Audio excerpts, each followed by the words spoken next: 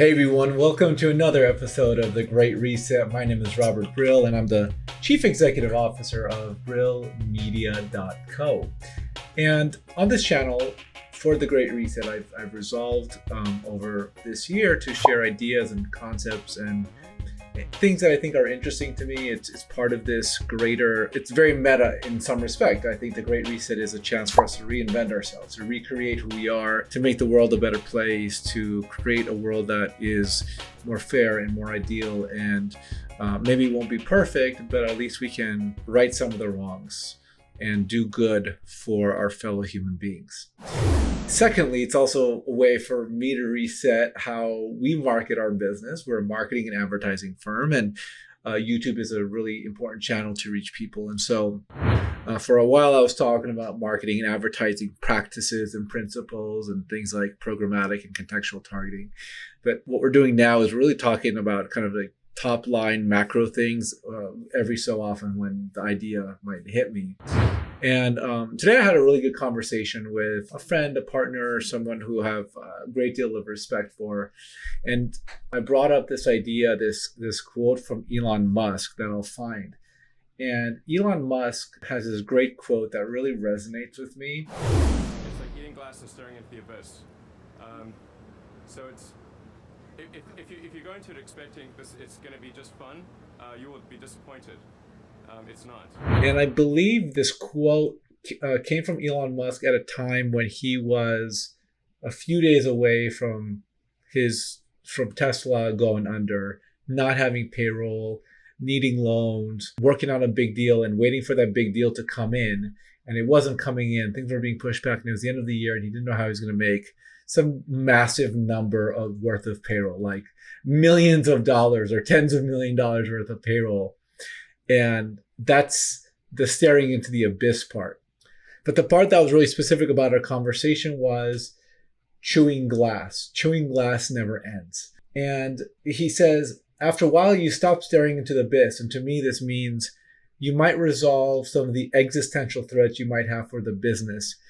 You might have better cash flow. You might have better liquidity. You might have more sales prospects, or you might have a better lead generation pipeline. All the things that that are relevant to business owners in some capacity. Whatever the mechanics of your business are, you've resolved them. But as a business owner, as an entrepreneur, you're still chewing glass. You're still doing the work that you don't want to be doing. And I say that with a smile because I think it's super interesting. It's very valuable. And as I talk to folks who are looking to grow and scale their businesses, what I find is that when you identify, and this speaks to me and it speaks to other folks who I've seen who have had recent experiences, when you identify the thing you don't want to do and you identify the thing that you do want to do, what you realize is you can go for a period of time to really work 10, 12, 14 hours a day. You can be the janitor and the architect and everything in between. You can do all that. But when you're burnt out, you have no more mental fortitude to deal with some of the things you're dealing with. That's when the innovation happens. For us, just as a case in point, innovation, and let me just also be clear. When I say innovation, I don't mean innovation like I'm going to create something akin to fire or the wheel or the industrial press. I just mean innovation from the perspective of I'm looking for a better and more effective way to operate my business, to serve our customer, to serve our employees, to be more nimble and efficient and effective.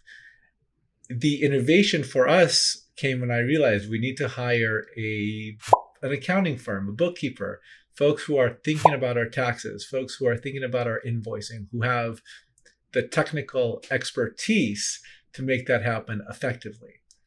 And that innovation can happen in any matter of ways. It can happen from hiring virtual assistants and finding and going through a number of virtual assistants and they don't work, and you give up on virtual assistants, and then you come back to it and you magically find the right people. What I argue is that, yes, you may have had poor people or not the right people in the past, But it's also possible that you now are coming at it from a completely new perspective. The perspective of, I just need good people to get the job done effectively. Or for us, it's really saying, I don't know what needs to happen, but I need process. Process has to be developed in our business. It took us about 6 months to really even understand conceptually what process actually means.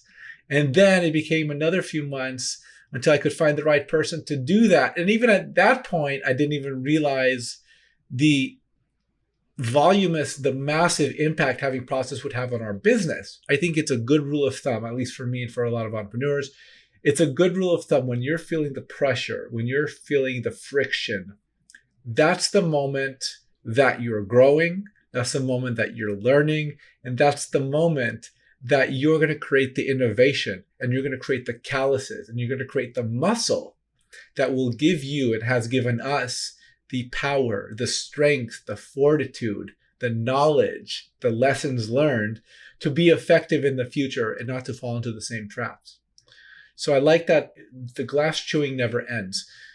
And, as a business owner, find that I've solved one challenge, I've solved to a large degree the process challenge, or to a large degree the invoicing challenge, or to a large degree knowing who we are and who we're not challenge. There are new challenges that come into play. It gets easier to chew glass because you know how to chew it in a way that doesn't throw off your game, doesn't ruin your day, doesn't dampen your emotional state. And that's the big adventure of being an entrepreneur and being able and fortunate to have this journey that we have. So that's where we are. I just thought I'd share that with you. I love that phrase, staring into the abyss and chewing glass. For more content like this, please subscribe. And if you want a great guide on how to generate leads effectively to drive leads to your business, for our business, we're getting about 2 to 10 leads a day. Sometimes we get more than 10, sometimes we get about 2 to 5, but it's really good. It's everything we know about how to generate a lead magnet in a way that's effective for you. I think the biggest challenge on lead magnets is design. It's what to create and then designing it. And if we give you a design template, you can just pop your content into our design template. It works really well. But that's it for this episode of The Great Reset. We'll see you soon on another episode of The Great Reset.